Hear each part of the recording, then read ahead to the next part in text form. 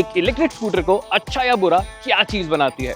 वही सारी चीजें जो कि एक रेगुलर स्कूटर को एक अच्छा या बुरा स्कूटर बनाती हैं, जैसे कि प्रैक्टिकलिटी, कंफर्ट और ईज ऑफ राइडिंग। तो आज सुजुकी ई-एक्सेस के साथ थोड़ा टाइम बिताते हैं और यही पता करते हैं कि क्या ये स्कूटर आपके परिवार के लिए एक अच्छा सदस्य बन सकता है या नहीं। और हाँ, क्योंकि ये एक इलेक्ट्रिक स्कूटर है तो इसकी रेंज कितनी आती है और उसको चार्ज होने में कितना टाइम लगता है, तो चलिए आज यही सब पता करते हैं इस रिव्यू में। क्योंकि ये एक इलेक्ट्रिक स्कूटर है तो चलिए फटाफट से वो इलेक्ट्रिक डिटेल्स को साइड में कर देते हैं। इसकी टोटल रेंज आपको मिलने वाली है लगभग 70 से 75 किलोमीटर्स की। अगर आप इसको थोड़ा तेज चलाने वाले हैं स्पोर्टी वे में तो वो रेंज कम होकर लगभग 60 टू 65 किलोमीटर्स की आ जाएगी। ये मैं 0 to 100% चार्ज की बात कर रहा हूँ। और अगर आप बिल्कुल ही इसको तेज चलाने के मूड में है तो इसको चलाने में उतना मजा भी नहीं आएगा और इसकी रेंज भी लगभग 50 किलोमीटर की ही रह जाएगी। अब करते हैं चार्जिंग स्पीड की बात। तो अगर आप इसको किसी डीसी फास्ट चार्जर पे लेके जाने वाले हैं तो लगभग 2 से ढाई घंटे में ये 100% तक चार्ज हो जाएगा। लेकिन अगर आप इसको घर पे चार्ज करने वाले हैं अपने रेगुलर किसी 3 पॉइंट सॉकेट से तो इसको चार्ज होने के लिए लगभग 6.5 घंटे लगेंगे, जो कि अगर आप ओवरनाइट इसको चार्ज पे लगा रहे हैं तो आराम से हो जाएगा।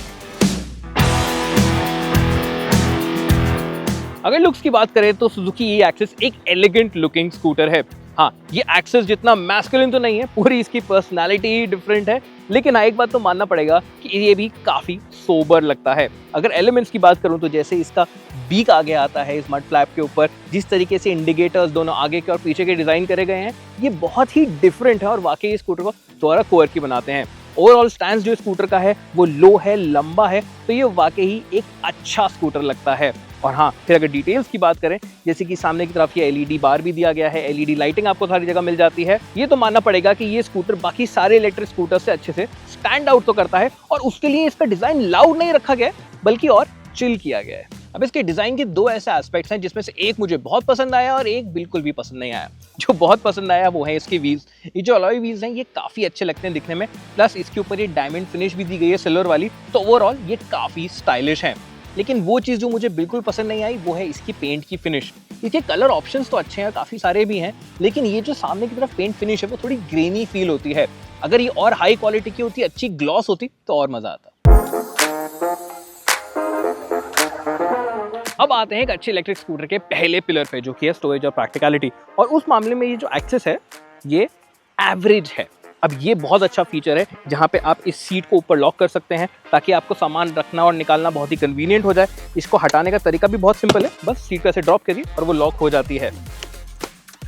लेकिन अब जो सीट स्पेस की बात है उसमें प्रॉब्लम है। ये डीप तो है स्टोरेज लेकिन ज़्यादा बड़ा नहीं है। इलेक्ट्रिक स्कूटर्स में पूरी सीट के जो स्टोरेज आजकल आने लग गया है वो चीज़ यहाँ पे मिसिंग फील होती है।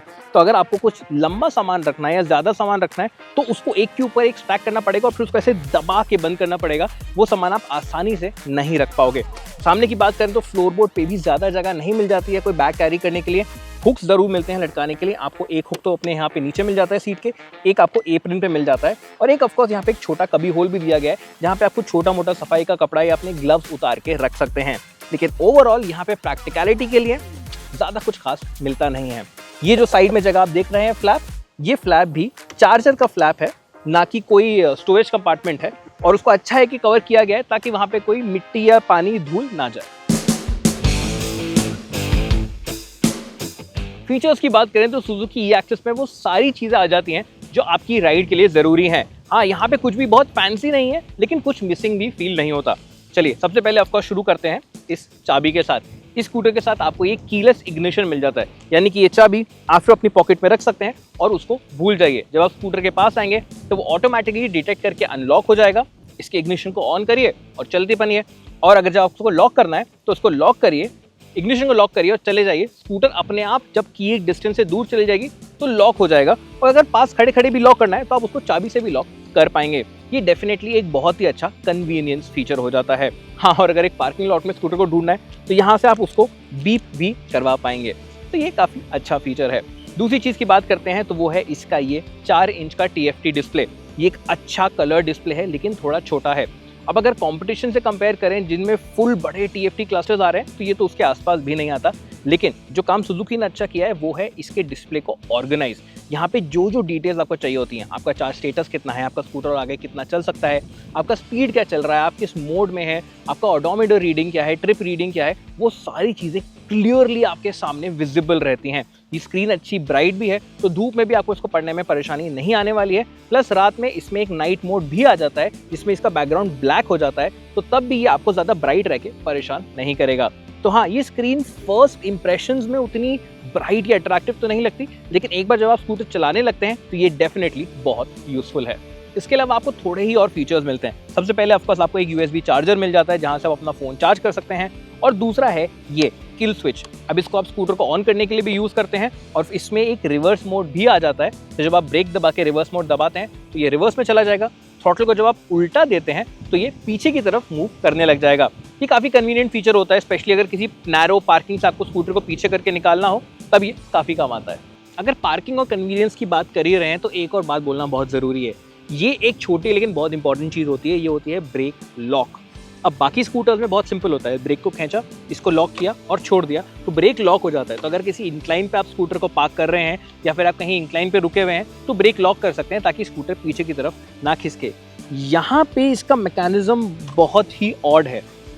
इसको दबा के अंदर लॉक करना पड़ता है ताकि ये लॉक रहे, जो कि एक हाथ से तो बहुत ही मुश्किल से होता है। इनफैक्ट अभी तो मैं इसको 2 हाथ से भी नहीं कर पा रहा हूँ। तो अगर इसमें वही एक्सेस वाला या बाकी सुजुकी के स्कूटर्स वाला लॉक आता तो काफ़ी बेटर रहता। ये एक्सेस की सीट हाइट थोड़ी लो रखी गई है ताकि ये फैमिली के सारे मेंबर्स के लिए हमेशा एक्सेसिबल रहे। मेरी हाइट है 5 फुट 7 इंचेस और मैं आराम से मेरी राइडिंग जीन्स में इसको आराम से फ्लैट फुट कर सकता हूँ। तो ऑफकोर्स आप लोग भी नीचे पैर आसानी से पहुंचा पाएंगे। लेकिन जो एक बहुत अच्छी बात है वो है ये सीट। अब ये ज़्यादा सॉफ्ट नहीं है, थोड़ी फर्म फील होती है, तो इसलिए इस पर कंफर्ट अच्छा रहता है। और ये सीट बहुत बड़ी है, तो अगर आपके पीछे कोई हट्टा कट्टा पिल्लिन भी बैठा होगा तब भी आपके और उसके बीच में हमेशा एक गैप रहता है और आप दोनों कंफर्टेबली बैठ के कहीं पे भी जा सकते हो। तो भले एक जना बैठ के कहीं जा रहा हो या 2, यहाँ पे जगह की कमी तो फील नहीं होती है। और अगर आप अकेले बैठ के कहीं जा रहे होगे तो आप आराम से थोड़ा पीछे होके इन फ्लोरबोर्ड वाले फुट पैक्स का यूज कर सकते हैं ताकि आप आराम से कंफर्टेबल होके इस पे टूर भी कर सकें। बस ध्यान रखिएगा कि कहीं इसकी रेंज खत्म नहीं हो जाए। परफॉर्मेंस, अब इस वर्ड की डेफिनेशन ई एक्सेस के लिए थोड़ी अलग होने वाली है। ये स्पोर्टी नहीं है, ये एनर्जेटिक नहीं है, लेकिन ये स्मूथ है और रिलायबल है। तो इसका जो परफॉर्मेंस का मतलब है वो ये कि ये आपको एक एफर्टलेस कम्यूटिंग एक्सपीरियंस देने वाला है। जो इसका थ्रॉटल रिस्पॉन्स है वो बड़ा ही स्मूथ है। भले आप 20 से पिक कर रहे हो, 40 से पिक कर रहे हो, एक स्मूथ ट्रांजिशन में पावर आता है और आपको आराम से एक्सेलरेशन देता है। तो ओवरटेक्स करने में भी आपको दिक्कत नहीं आने वाली है स्लो स्पीड पे। और कोई भी परिवार का सदस्य स्कूटर चला रहा हो उसको एकदम से झटका नहीं लगेगा। इसका जो एक्सेलरेशन है ओवरवेलमिंग फील नहीं होने वाला है।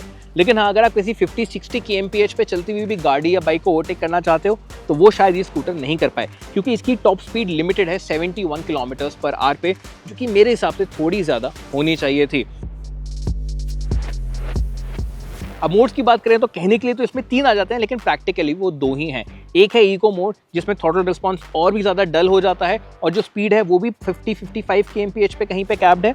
और फिर आता है राइड मोड A और B। उसके अंदर आपको टॉप स्पीड मिल जाती है 71 km/h की, लेकिन उसके अंदर दोनों में सिर्फ रीजन सेटिंग्स चेंज होती हैं। यानी कि जब आप थ्रॉटल को छोड़ देते हो तो कितना ज़्यादा रीजन आपका स्कूटर करेगा वो उस मोड पे डिपेंड करता है। प्रॉब्लम ये है कि स्कूटर चलाते हुए आप इको से A में या इको से B में तो जा सकते हो, लेकिन अगर आपको चलते चलते रीजन सेटिंग चेंज करनी हो, यानी कि A से B या B से A पे जाना हो, तो वो नहीं हो सकता। उसके लिए आपको पहले स्कूटर को रोकना पड़ेगा और फिर मोड बटन दबाना पड़ेगा उसको चेंज करने के लिए। अगर ये भी ऑन द फ्लाई हो जाता ना तो काफ़ी बेटर रहता। कंफर्ट, ये भी एक फैमिली स्कूटर के लिए बहुत इंपॉर्टेंट एस्पेक्ट होता है और इस स्कूटर में वो मुझे थोड़ा सा मिसिंग लगा। इसका जो रियर सस्पेंशन है वो थोड़ा ज़्यादा स्टिफ फील होता है, यानी कि जब आप किसी गड्ढे के ऊपर से जाते हैं तो पीछे से जो व्हील ऊपर आके मारता है वो थोड़ा तेज़ मारता है, तो झटका फील होता है। अगर आप किसी खराब रोड्स वाली जगह पे जाने वाले हो या कोई छोटे शार्प स्पीड ब्रेकर्स पे से जाने वाले हो तो स्कूटर को धीरे करने के बावजूद भी वो झटके आपको फील होने वाले हैं। हाँ, अगर आप इसमें ज़्यादा वेट डाल दो, यानी कि अगर आप पिलियन के साथ जा रहे हो तो वो थोड़ा बेटर ज़रूर हो जाएगा, लेकिन एक इलेक्ट्रिक फैमिली स्कूटर के लिए ये ऑलरेडी बेटर होना चाहिए था। लेकिन जो एक चीज़ आप डेफिनेटली एंजॉय करने वाले हो वो है इसकी हैंडलिंग। ये स्कूटर बहुत ही वेल बैलेंस्ड है, तो अगर आप ट्रैफिक में हो और आपको फटाफट ट्रैफिक को काट के निकलना है तो ये बहुत लाइट और एजाइल फील होता है। आप फटाफट ट्रैफिक को काट सकते हो, या फिर कोई एक लंबा टर्न भी आ रहा है तो इसको थोड़ा स्पीड पे भी लेना हो तो भी ये आपको बिल्कुल नर्वस नहीं करेगा, बल्कि आपको कॉन्फिडेंस ही देगा। वाकई ये एक बहुत ही न्यूट्रल और बैलेंस्ड हैंडलिंग स्कूटर है जो परिवार के सभी लोग एंजॉय करने वाले हैं। इनफैक्ट जो इसके ब्रेक्स हैं वो भी मुझे काफ़ी पसंद आए। फ्रंट ब्रेक जब आप दबाते हैं तो ब्रेक आराम से लगता है, लेकिन थोड़ा सा और ज़्यादा दबाया जब आपको ज़्यादा ब्रेक ज़रूरत होती है तो शार्पली वो स्कूटर को रोक पाता है। रियर ब्रेक भी काफ़ी अच्छा है, लेकिन रियर व्हील लॉक बहुत जल्दी हो जाता है। ऑफकोर्स इसके अंदर ABS नहीं आता क्योंकि इलेक्ट्रिक स्कूटर्स में ABS अब तक मैंडेटरी नहीं है। सुजुकी दे देता तो बहुत अच्छी बात होती, स्कूटर और भी सेफ बन जाता, लेकिन अभी के लिए आपको रियर ब्रेक थोड़ा सोच समझ के लगाना पड़ेगा। लेकिन हाँ, अगर आप फ्रंट ब्रेक ज़्यादा यूज़ करते हो तो फिर ये स्कूटर अच्छे से और कॉन्फिडेंटली रुक जाता है। आज E-Axis के साथ इतना टाइम बिता के ये तो समझ आ गया है कि एक अच्छा फैमिली स्कूटर है, लेकिन इसकी कुछ बातें ऐसी हैं जिस पे आपको ध्यान देना चाहिए। पहली चीज, इसकी टोटल रेंज। अगर आपका डेली कम्यूट लगभग 50-55 किलोमीटर ही है दिन का, तब ये स्कूटर आपके लिए सही रहेगा। उससे ज्यादा हुआ तो आपको इको मोड में चलाना पड़ेगा और थोड़ा कॉन्शियस रह के स्कूटर को चलाना पड़ेगा। दूसरी बात, इसकी स्टोरेज और प्रैक्टिकलिटी। ईवीज तो छोड़िए, रेगुलर स्कूटर आजकल मार्केट में इससे बेटर स्पेस और प्रैक्टिकलिटी के साथ आते हैं। तो अगर आपका बिगेस्ट रीजन एक स्कूटर लेने का ये है कि आप अपनी सारी सब्जियां, ग्रोसरी, शॉपिंग का सामान स्कूटर के अंदर दबा के आराम से कन्वीनियंटली कहीं जा पाए, तो ये स्कूटर शायद वो काम उतना अच्छे से नहीं कर पाए। लेकिन इसकी अच्छाइयाँ भी काफ़ी सारी हैं। पहली चीज़ है इसकी लो सीट हाइट और एक कंफर्टेबल सीट, जिसके ऊपर एक पिलियन, एक राइडर आराम से बैठ जाते हैं और कहीं पे भी, क्योंकि सीट हाइट लो है, कोई भी फैमिली का सदस्य इसको आराम से चला सकता है। और फिर आता है इसका स्मूथ थ्रॉटल। इसमें कोई भी झटका फील नहीं होता है, चलाने में बहुत ही नेचुरल फील होता है। ट्रैफिक में भी कहीं से भी ज़ूम करके निकलना हो, आप इसमें वो चीज़ आराम से कर पाएंगे। हाँ, जहाँ तक फीचर्स की बात है तो ऑफकोर्स ये कोई बड़ा गैजेट नहीं है, लेकिन बेसिक स्कूटर से जो जो रिक्वायरमेंट्स होती हैं वो सारी ये आराम से पूरा करता है। तो भाई 100 बात की एक बात, ये जो E-Axis है ना, ये एक बिल्कुल बेसिक इलेक्ट्रिक स्कूटर है और उन लोगों के लिए बिल्कुल सही है जो वो ही चाहते हैं। ना तो वो कोई स्पोर्टी स्कूटर चाहते हैं, ना ही वो कोई गैजेट चाहते हैं, वो बस एक सिंपल सा इलेक्ट्रिक स्कूटर चाहते हैं जिसकी रनिंग कॉस्ट लो हो जाए। तो क्या उन लोगों को भी ये स्कूटर लेना चाहिए? वो डिपेंड करेगा इसकी प्राइस पे, जो कि लगभग 1 महीने में फाइनल आ जानी चाहिए। मेरे हिसाब से अगर ये स्कूटर 1.2 लाख के नीचे आता है तो फिर आप डेफिनेटली इसको ले सकते हैं, क्योंकि सुजुकी का भरोसा भी आपको मिलेगा और एक स्मूथ राइड एक्सपीरियंस भी आपको मिलेगा। लेकिन अगर उससे ज़्यादा महंगा हुआ ना, तो जो इसकी कमियां हैं वो थोड़ी और चुभने लगेंगी।